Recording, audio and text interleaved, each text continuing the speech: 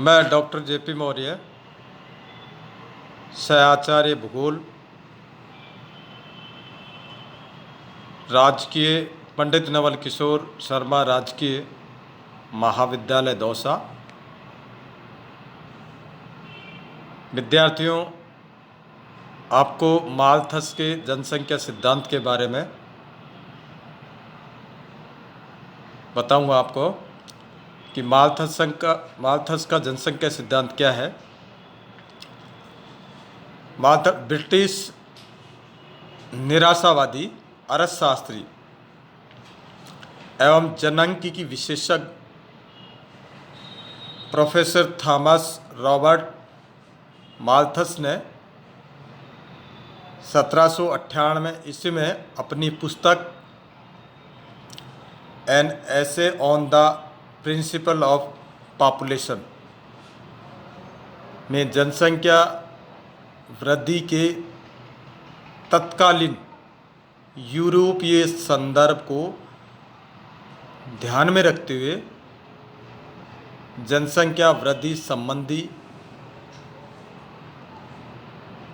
जैविक अवधारणा का प्रतिपादन किया। मालथस के अनुसार जनसंख्या वृद्धि और संसाधनों की उपलब्धता के बीच गहरा संबंध है, परंतु मालथस ने संसाधन शब्द के स्थान पर जीविकोपार्जन के साधन शब्द का उल्लेख किया।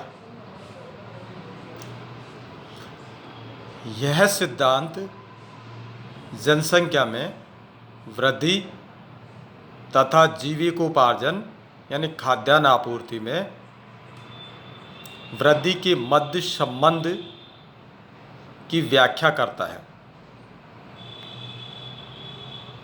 जो निम्नलिखित आधारभूत मान्यताओं पर आधारित था। नंबर 1 है, किसी भी क्षेत्र में जनसंख्या की वृद्धि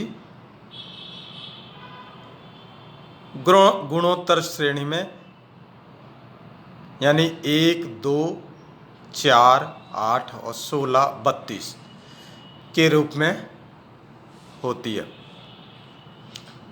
2 नंबर है, जीविकोपार्जन के साधन, इसमें खाद्य पदार्थों के उत्पादन में वृद्धि समानांतर श्रेणी के रूप में होती है, जैसे 1, 2, 3, 4, 5 इस तरह बढ़ती है इसमें जनसंख्या।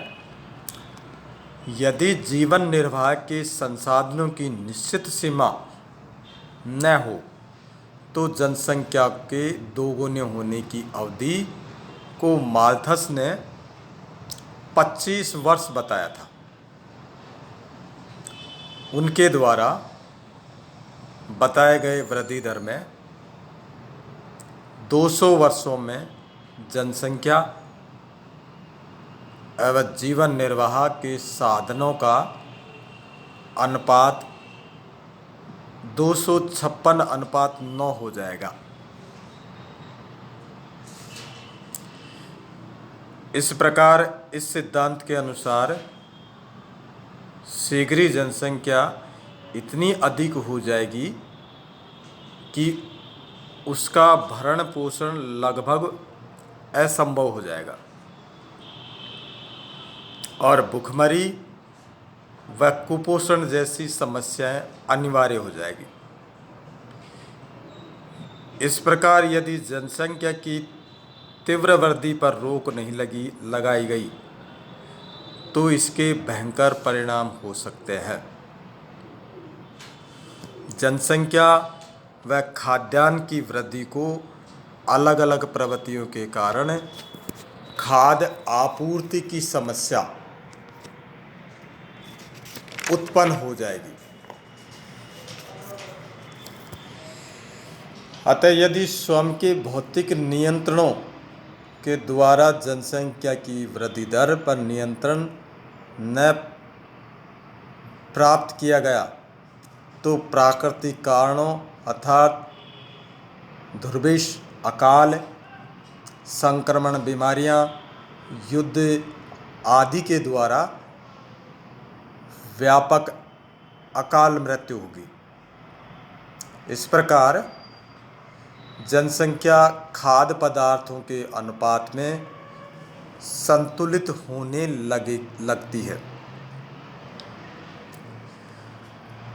वर्तमान समय में माल्थस का सिद्धांत शायद ही कहीं लागू होता हो,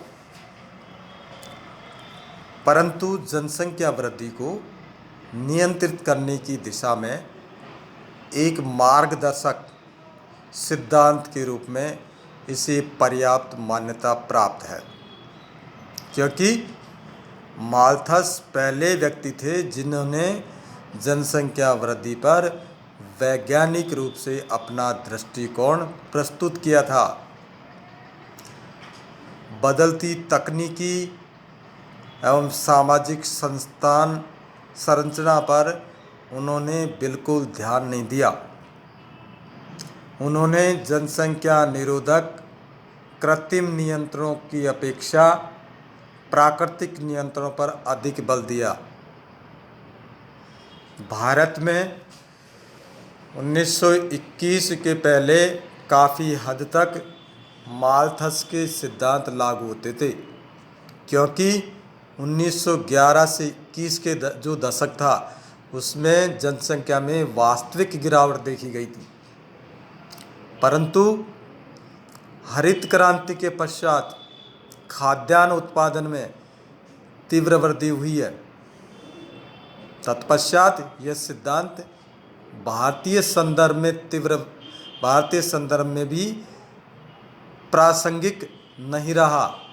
इसलिए 1951 के पश्चात औसतन खाद्यान्न वृद्धि दर 3.1% प्रति वर्ष की रही, जबकि जनसंख्या की अधिकतम वृद्धि दर 2.22% रही।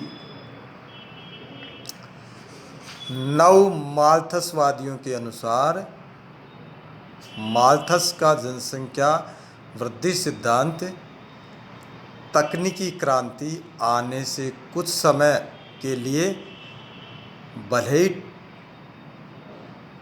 टल जाए, परंतु अंततः पर्याप्त सीमा तक लागू होता है। उदाहरण के लिए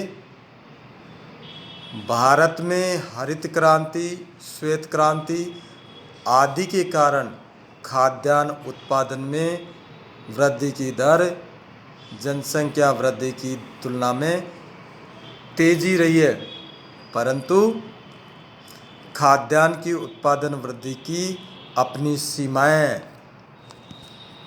अतः राष्ट्रीय कल्याण की दृष्टि से नैतिक नियंत्रणों द्वारा अथवा कृत्रिम उपायों से जनसंख्या वृद्धि दर पर नियंत्रण आवश्यक है। नव माल्थसवादी सिद्धांत के आधार पर ही 1972 में क्लब ऑफ रोम द्वारा प्रतिपादित वृद्धि की सीमाएं सिद्धांत में अत्यधिक महत्व रखता है। इस वृद्धि सिद्धांत के द्वारा किए गए मॉडल में 5 तत्व शामिल हैं।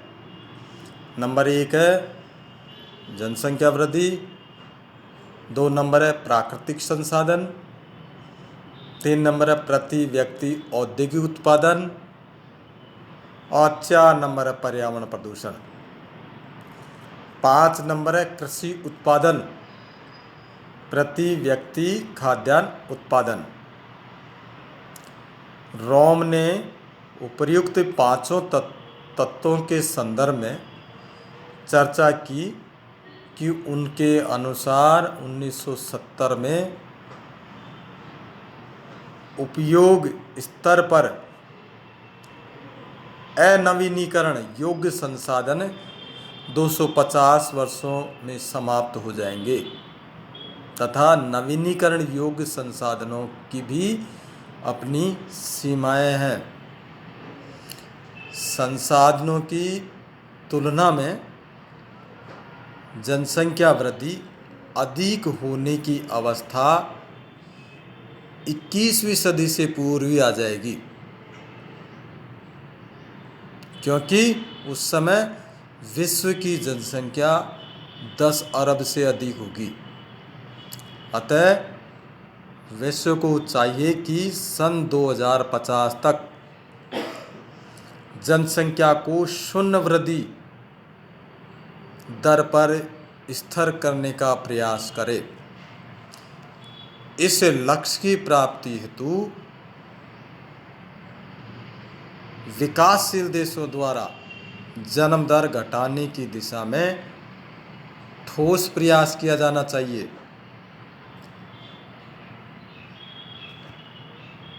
धन्यवाद।